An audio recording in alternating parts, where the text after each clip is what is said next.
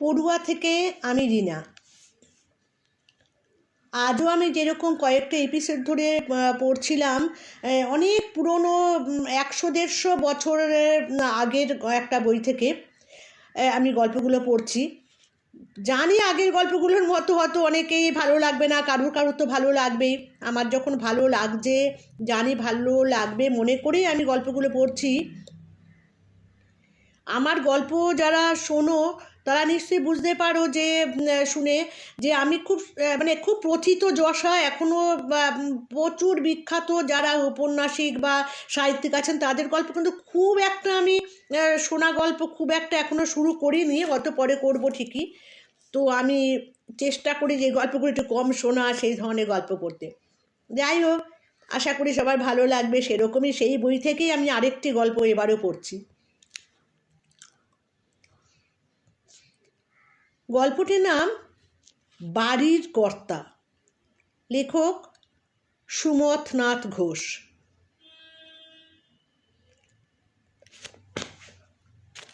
বৈঠকখানার পাশে যে ছোট্ট ঘরটা, তাতে থাকেন মহেশবাবু। ঐশ্বর্য দূরে থাক, বিলাসিতার তুচ্ছতম উপকরণও একটাও চোখে পড়ে না কোথাও। এত বড় বাড়ি, যার দোতলা তিনতলা মিলিয়ে 12-13খানা ঘর, তার কর্তা যে ওইভাবে বাস করতে পারেন তা চোখে না দেখলে বিশ্বাস করাই শক্ত। বাস্তবিক ঘরটার মধ্যে ঢুকলে মনে হয় না যে এ বাড়ির কর্তা ওই মহেশবাবু, আর ওরই পয়সায় তৈরি এই প্রাসাদ উপমট্টালিকা। লেক অঞ্চলের ওই অতি আধুনিক পরিবেশের মধ্যে এ যেন একটা সাক্ষাৎ ছন্দপতন। খাটো ধুতির উপরে সাদা ফতুয়া গায়ে ও পায়ে একজোড়া চটি দিয়ে মহেশবাবু একটা হাতল ভাঙা ইজি চেয়ারে দিনের বেশিরভাগ সময় শুয়ে থাকেন, মুখে গড়গড়ার লম্বা নলটা লাগিয়ে, আর চোখে চশমা দিয়ে সংবাদপত্র, ধর্মগ্রন্থ প্রভৃতি পড়েন। বিলাসিতার মধ্যে আছে ওই তামাক খাওয়াটুকু। চাকরি জীবনের সর্বোচ্চ শিখরে যখন উঠেছিলেন, তখন যে তামাক যে দোকান থেকে কিনে খেতেন, আজও সেই দোকানে সেই তামাক খাওয়ার অভ্যাসটুকু শুধু ছাড়তে পারেননি। যদিও এ নিয়ে স্ত্রী মনোরমার সঙ্গে তার উঠতে বসতে ঠোকাঠুকি লাগে। মনোরমা বলেন, এত দামি তামাক খেয়ে মিছিমিছি পয়সা পুড়িয়ে দেওয়ার কোনো অর্থ হয় না। অর্থ হয় কি না হয় তা নিয়ে বৃথা তর্কাতর্কি করেন না মহেশবাবু। শুধু ফি মাসে পেনশন নিয়ে ফেরবার পথে একেবারে তামাকের ঠোঙা হাতে করে নিয়েই বাড়ি ঢোকেন। অম্বুরি তামাকের সুগন্ধ সমস্ত বাড়িটার আবহাওয়ার সঙ্গে এমনভাবে মিশে থাকে যে পা দিলে আগে যেন তা স্মরণ করিয়ে দেয় বাড়ির কর্তার কথা। কিন্তু ওই পর্যন্তই। যারা আসে তারা নিচের এই ঘরটার দিকে পেছন করে উপরে উঠে যায়। মহেশবাবু স্ত্রী, পুত্র, কন্যা, নাতি নাতনিদের কলগুঞ্জন মুখরিত সংসার। সেখানে তাদের কত হাসি উচ্ছ্বাস, কত পরিচিত অপরিচিতের নিত্য আনাগোনা। সে যেন একটা স্বতন্ত্র জগৎ, যার সঙ্গে মহেশবাবুর কোনো যোগাযোগ নেই।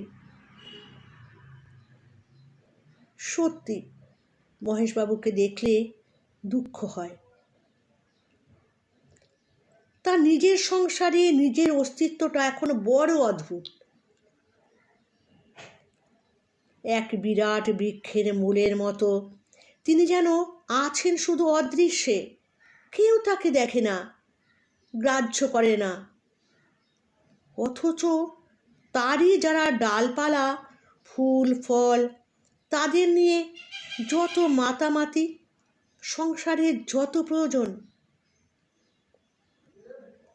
এমনকি স্ত্রী, যার উপরে তার দাবি সবচেয়ে বেশি, তিনিও এখন কেমন করে যেন সবচেয়ে বেশি পর হয়ে গিয়েছেন।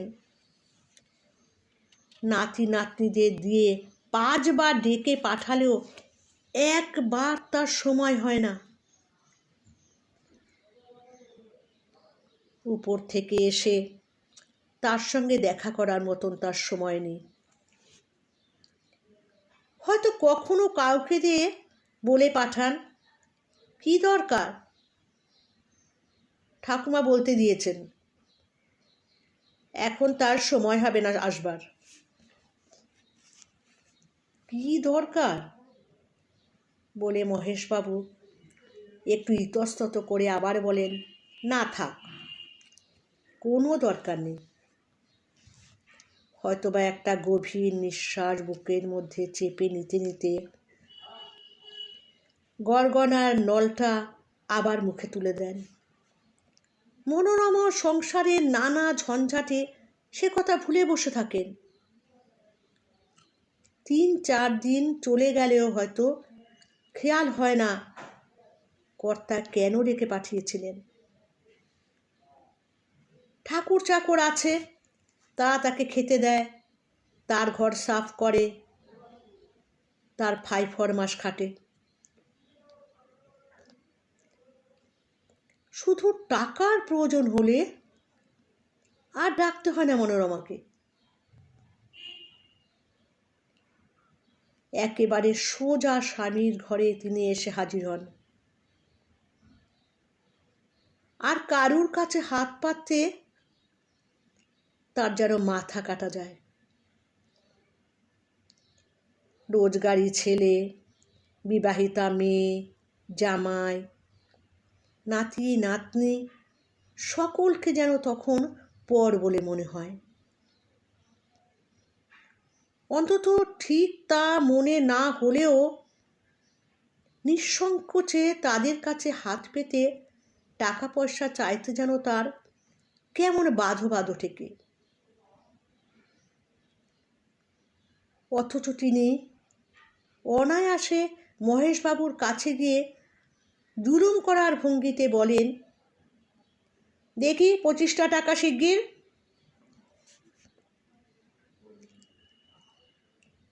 কোথায় পাবো এত টাকা? পেনশনের টাকা সব তো তোমার হাতে এনে দিয়েছি, এর মধ্যেই সব খরচ হয়ে গেল বলে মহেশবাবু গড়গড়ার নলটা হাতে টেনে নিতে নিতে তার মুখের দিকে তাকান। রাগত সুরে মনোরমা বলেন, খরচ হয়ে না গেলে কি তোমার কাছে আবার টাকা চাইতে আসতুম? কিন্তু কিসে এত টাকা খরচ করলে শুনি? এই তো গেল মাসে 70টা টাকা দিলুম। বললে মেয়েদের কলেজ যাওয়ার ভালো শাড়ি ছিল না বলে ধার করে কিনেছিল, এখন কাপড়ওয়ালা তাগাদা করছে। আবার এ মাসে কি? এবার ঝংকার দিয়ে উঠলেন মনোরমা, তোমার মেঝো মেয়ে যে বাচ্চা কাচ্চা নিয়ে এসে রয়েছে এখানে আজ 1 মাস, তা কি চোখে দেখতে পাও না?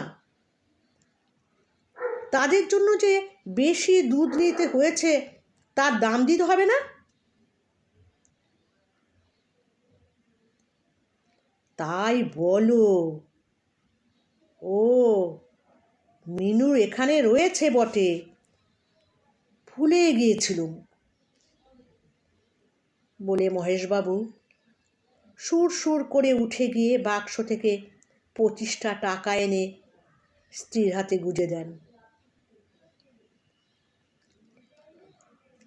টাকাটা হাতে নিয়ে এবার মনোরমা বলেন, মেয়েরা বিয়ে হলে পর হয়ে যায় শুনেছি, কিন্তু বাপ মার কাছে তো তারা চিরকাল তেমনি থাকে। আমি তো কোনো দিন তাদের ভুলতে পারি না। আর তুমি বাপ হয়ে কি করে যে মেয়ের কথা ভুলে থাকো এভাবে, তা ঈশ্বর জানেন। বলতে বলতে মহেশবাবুর ঘাড়ে সমস্ত অপরাধের বোঝা চাপিয়ে দিয়ে ঘর থেকে বেরিয়ে যান মনোরমা। অবশ্য মহেশবাবুকেও এর জন্য দোষ দেওয়া যায় না। মেয়েদের বিয়ে হয়ে গেছে অনেক দিন।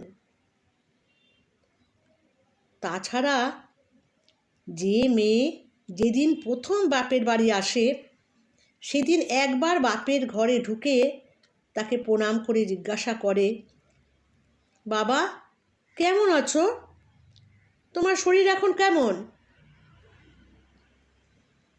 তিনিও তার উত্তরে যথারীতি সংক্ষেপে শুধু এইটুকু প্রতিবার বলেন,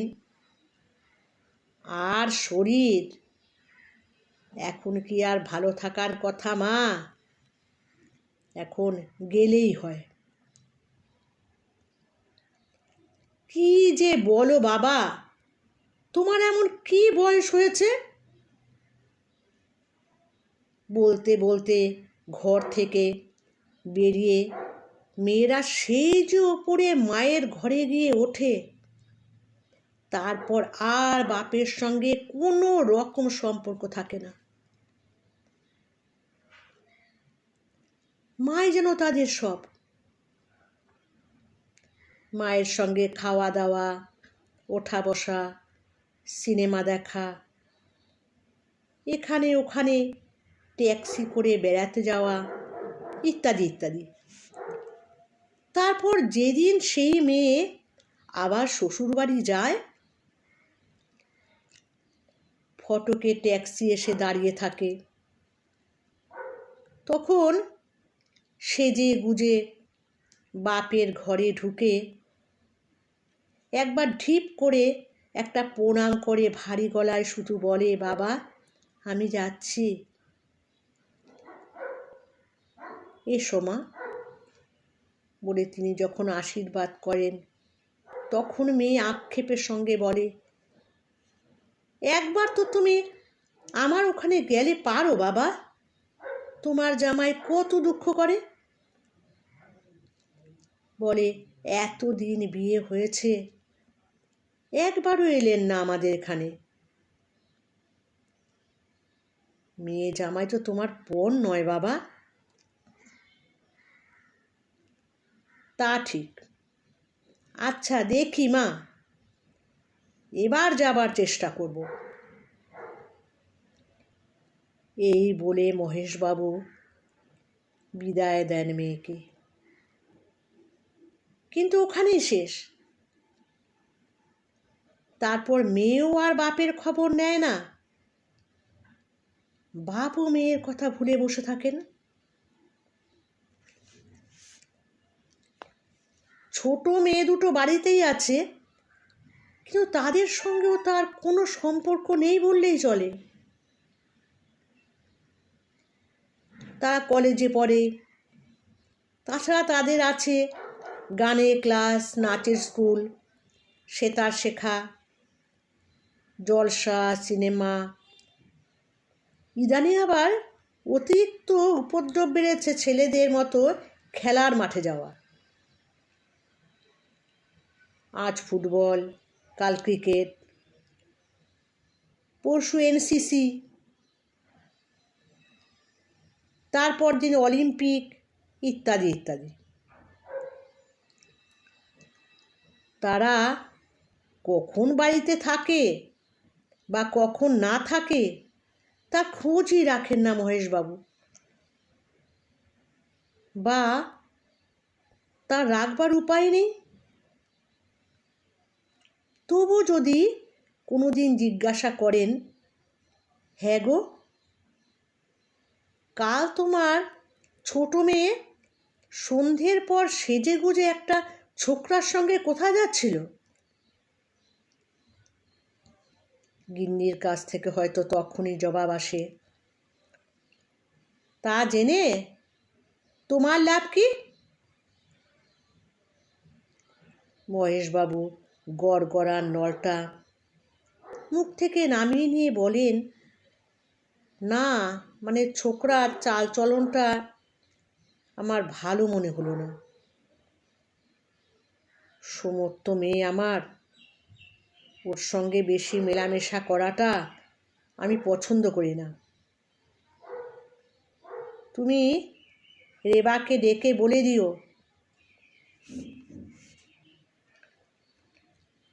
ঘর থেকে বেরোতে গিয়ে মনোরমা থমকে দাঁড়িয়ে বলেন, ও মা, তুমি কার সম্বন্ধে কি বলছো জানো?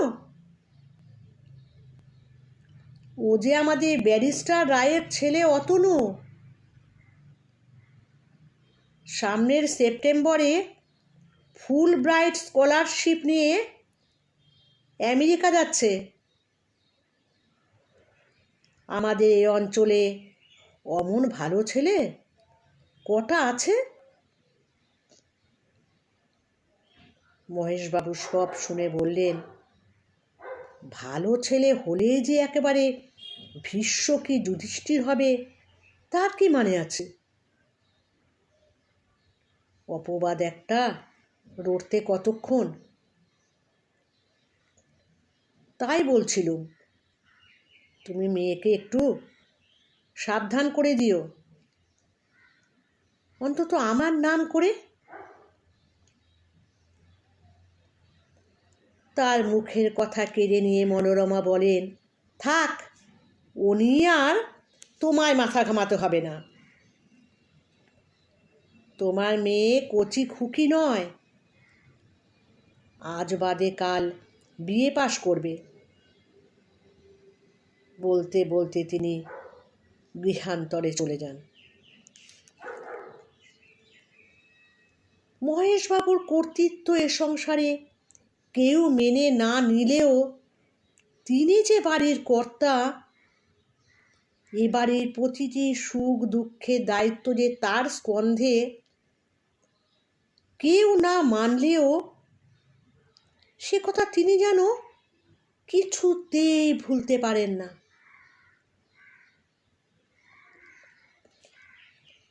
হঠাৎ কোনোদিন ডাক্তারবাবুকে ব্যাগ হাতে করে বাড়ি থেকে বেরিয়ে যেতে দেখলে তার বুকটা ধড়াস করে ওঠে।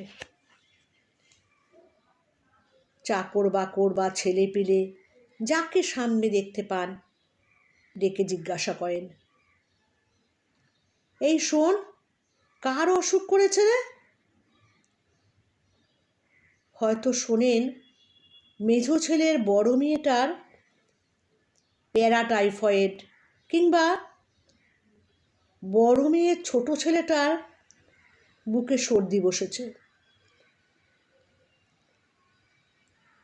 নাতি নাতনির অসুখ শুনে বিচলিত হয়ে পড়েন মহেশবাবু। তক্ষুনি মনোরমাকে ডেকে পাঠান।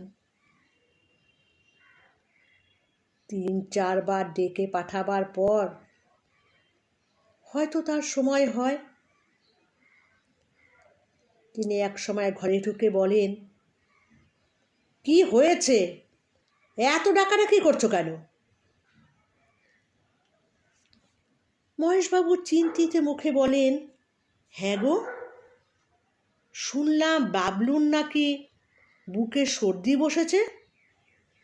তাই বলছিলাম কি, হোমিওপ্যাথি না দেখিয়ে ভালো একজন অ্যালোপ্যাথকে দেখালে কেমন হয়?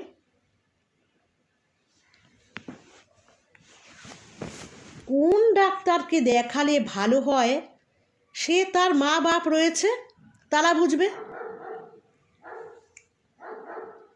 তোমাকে তা নিয়ে কে মাথা ঘামাতে বলেছে তা তো জানি না। তুমি তোমার নিজের চরকায় তেল দাও। বলে মারছে ব্যাথিনি তারে বলি ডান। বলতে বলতে স্বামীর মুখের উপরে একটা তীক্ষ্ণ কটাক্ষ হেনে দ্রুত বেরিয়ে যান মনোরমা। তবু তার ভাবনা যায় না। তিনি ডাক্তারের আসা যাওয়া লক্ষ্য করেন, তেমনি উদ্বেগের সঙ্গে রোগীর অবস্থা জিজ্ঞেস করে বেড়ান বাড়ির ছোট বড় সকলকে। হ্যাঁ রে, কেমন আছে আজ বাবলু?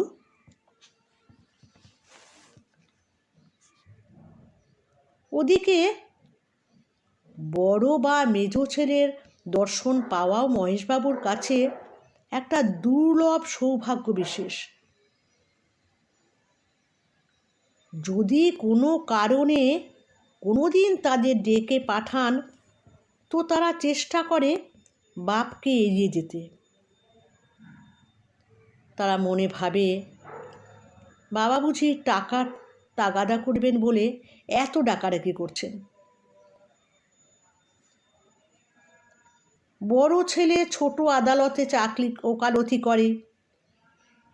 ছেলে মেয়েদের হাওয়া বদলাতে বিদেশে নিয়ে যাবার সময় মহেশবাবুর কাছ থেকে 3 মাসের করারে 500 টাকা নিয়েছিল, কিন্তু 3 বছর কেটে গেছে, সে টাকা আজও সে শোধ দেয়নি।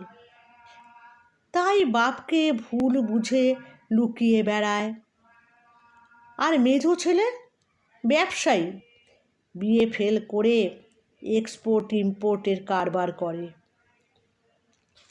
মোটা লাভের অর্ডার দেখিয়ে মহেশবাবুর কাছ থেকে একাধিকবার টাকা চেয়ে নিয়েছে।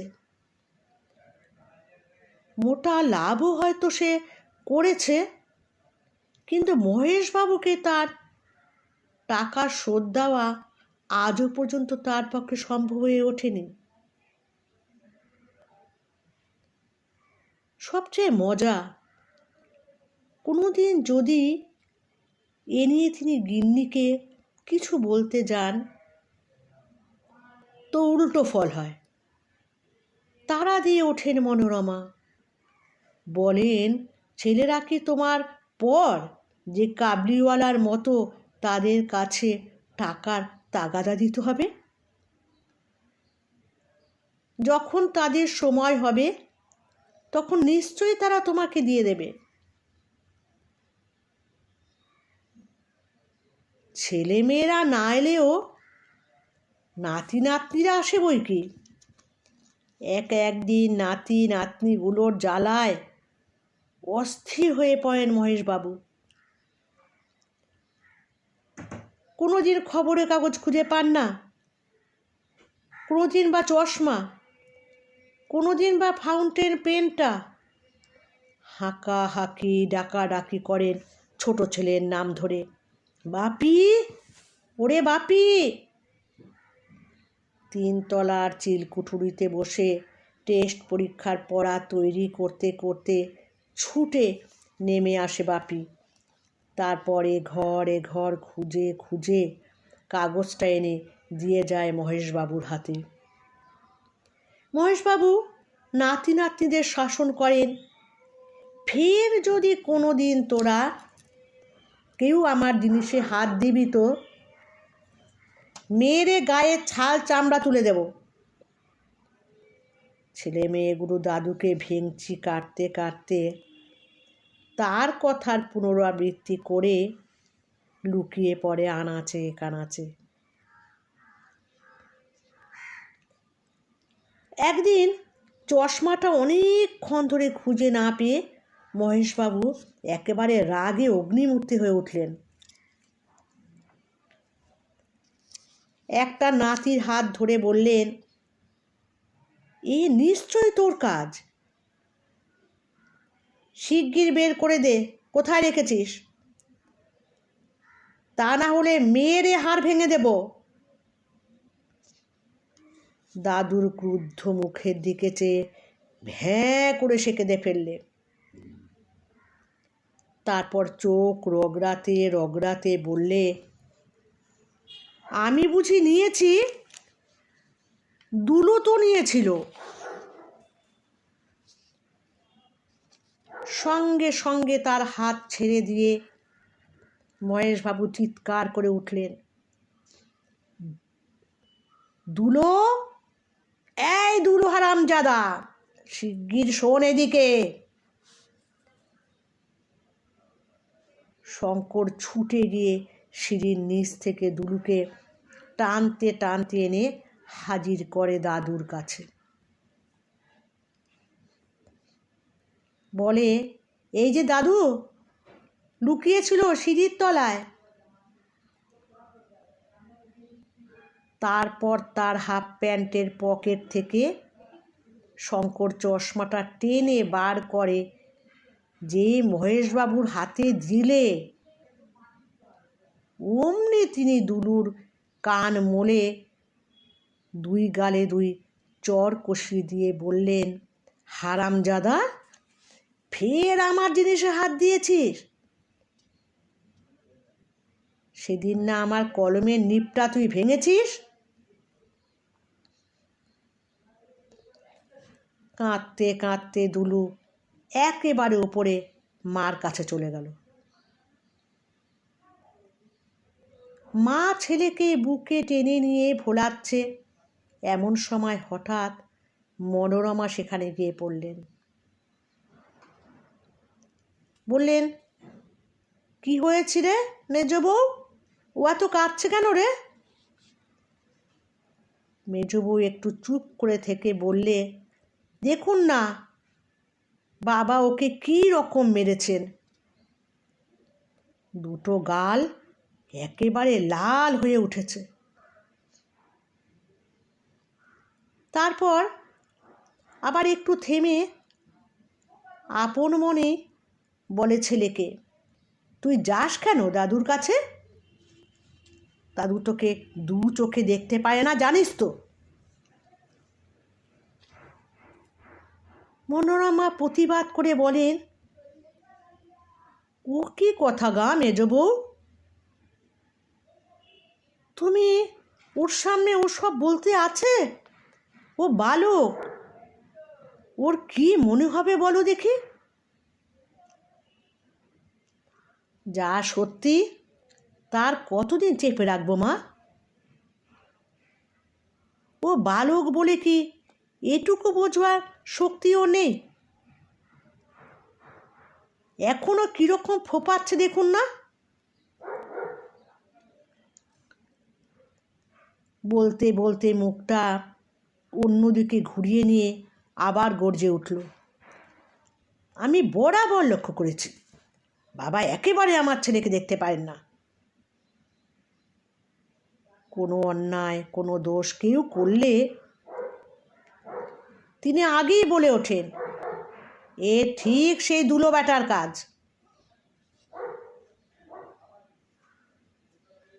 ক্রোধে অগ্নিমূর্তি হয়ে তখনই মনোরমা একেবারে মহেশবাবুর ঘরে নেমে এলেন। তারপর বললেন, তুমি কেন দুলোকে অমন করে মেরেছ? দিন দিন তোমার যেন ভীমরতি হচ্ছে। মহেশবাবু স্ত্রীর মুখের দিকে চেয়ে বললেন, বারে ওরা যা তা অসভ্যতা শিখবে, আর আমি চোখে দেখে ওদের শাসন করতে পারবো না? মনোরমা ঝাঁঝালো কণ্ঠে বলে উঠলেন, না, এই আমার দিব্যি রইল। আজ থেকে যদি আর কোনো ছেলের গায়ে হাত দিয়েছ, তাহলে হয় তুমি এ বাড়ি থেকে বেরিয়ে যাবে, নয় আমি। এর উপর আর কোনো কথা বলতে না পেরে মহেশবাবু শুধু অস্ফুট স্বরে বললেন, বেশ, তোমাদের ভালো হোক মন্দ হোক, কখনো সেদিকে আর আমি ফিরেও তাকাবো না। তবে এর ফল পাবে একদিন, মনে থাকে যেন। সেদিন আমি দেখতে আসবো না, কিন্তু তখন বুড়োটার শাসনের যে কি মূল্য বুঝবে হাড়ে হাড়ে। মহেশবাবু এরপর থেকে চুপই করে থাকেন, কোনো কথা কন না।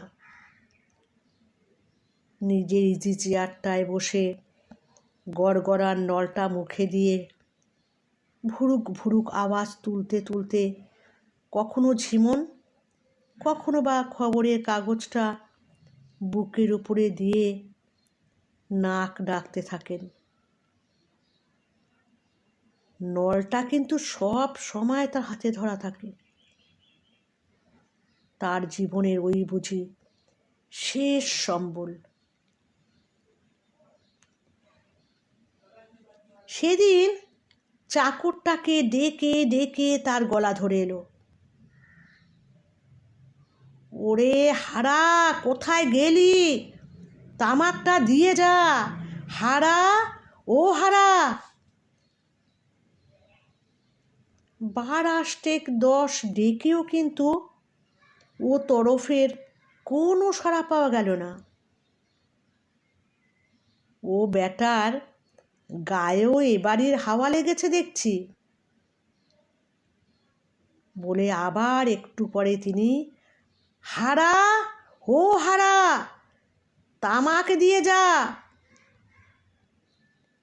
বলে বার কথক হাঁক পারলেন। তখনও হারাধনের কাছ থেকে কোনো উত্তর না পেয়ে তুষের আগুনের মতো ভেতরে তিনি জ্বলতে লাগলেন। ঘর থেকে বাইরে এবং বাইরে থেকে ঘরে বার কতক পায়চারি করে সবই ইজি চেয়ারটায় হেলান দিয়ে বসেছেন।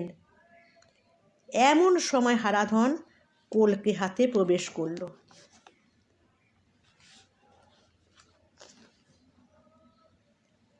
তাকে দেখেই মহেশবাবু একেবারে তেলে বেগুনে জ্বলে উঠলেন। বললেন, হারামজাদা, আমার ডাক কি তোর কানে যায় না? আমাকে মনিব বলে গ্রাহ্য করিস না? কে ডাকছে তোকে ডাকছে?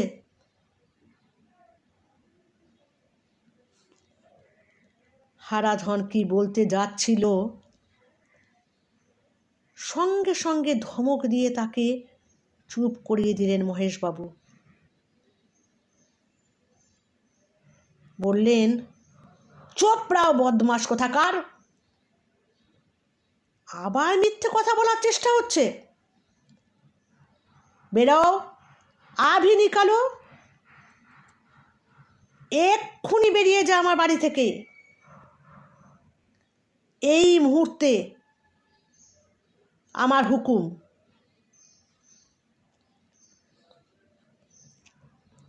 চাকর গম্ভীর মুখে সেখান থেকে বেরিয়ে গেল বটে, তবে বাইরে নয়, একেবারে সোজা তলায় গিন্নিমার কাছে গিয়ে হাজির হলো। তার মুখ থেকে বাবুর হুকুমের কথা শুনে তখনই দ্রুত পদে নেমে এলেন মনোরমা। তারপর স্বামীর ঘরে ঢুকে গম্ভীর স্বরে বললেন, তুমি নাকি হারাধনকে জবাব দিয়েছ? বলেছ এক্ষুনি বাড়ি থেকে বেরিয়ে যেতে? মহেশবাবুর রাগ তখনও কমেনি। জোরালো স্বরে বললেন, হ্যাঁ দিয়েছি তো, ওকে ভয় করব নাকি? বেটা চাকর, তার এত বড় আস্পর্ধা যে ডেকে ডেকে আমার গলা ধরে গেলে ওর, তবুও আমার কথার উত্তর দেয় না। মনিব বলে তার মনে এতটুকু সমীহ নেই? এক্ষুনি ওর যা মাইনে বাকি আছে ওকে চুকিয়ে বিদেয় করে দাও, ও চলে যাক।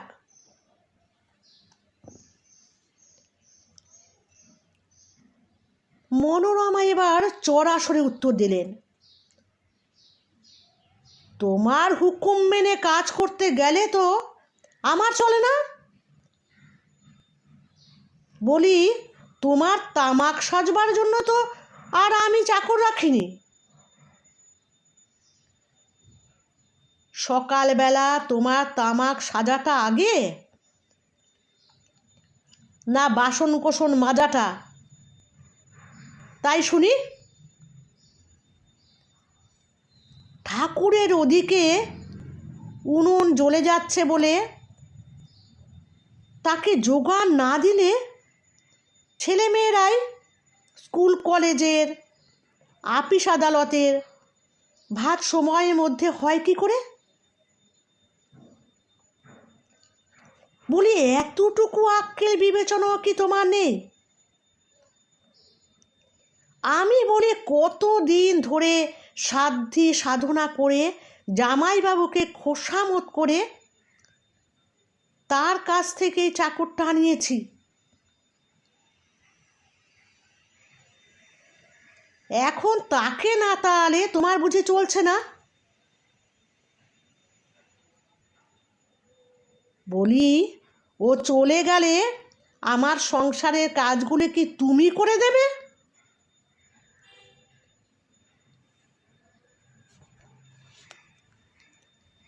একটা দুরন্ত রাগ ভেতরে ভেতরে চেপে নিয়ে মনোরমা বললেন, ফের যদি কোনো দিন আমার চাকরের ওপরে কোনো মেজাজ করেছ তো তোমার একদিন কি আমার একদিন। উনি বাড়ির কর্তা মনিব, শুধু বসে বসে তামাক খাওয়া ছাড়া আর কিচ্ছু বোঝেন না। অত যদি তামাক খাবার শখ তো নিজে সেজে খেতে পারো না?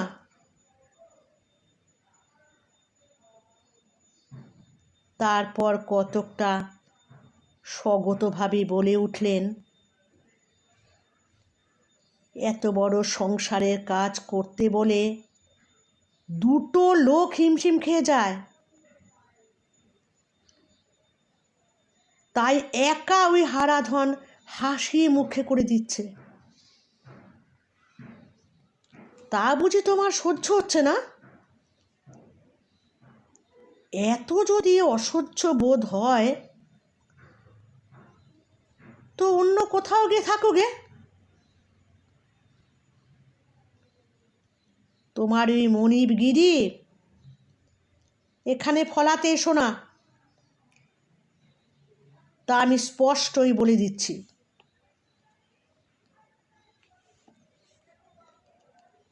মনোরমা ঘর থেকে চলে যেতে চুপচাপ ইজি চেয়ারে শুয়ে মহেশবাবু ভাবতে থাকেন, তার জীবনে কোথাও যেন কি একটা গোলমাল ঘটেছে।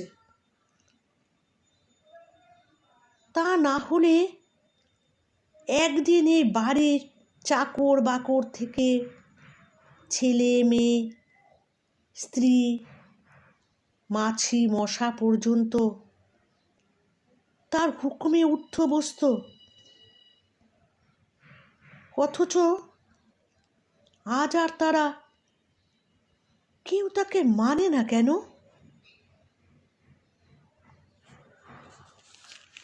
কেমন লাগলো গল্পটি? অনেক আগের গল্প, আমি তো বলছি সেই সময়কার বাড়ির কর্তা তাদের নিয়ে যে গল্প, আমরা অনেক অনেক গল্পের বই তো এগুলো পড়েছি। আমার নিজের খুব ভালো লাগলো, কারণ এই ধরনের গল্প তো আজকাল আর অতটা শোনাই যায় না। তাই আমি ভাবলাম আমার যখন ভালো লেগেছে আমি সবার সাথে শেয়ার করি।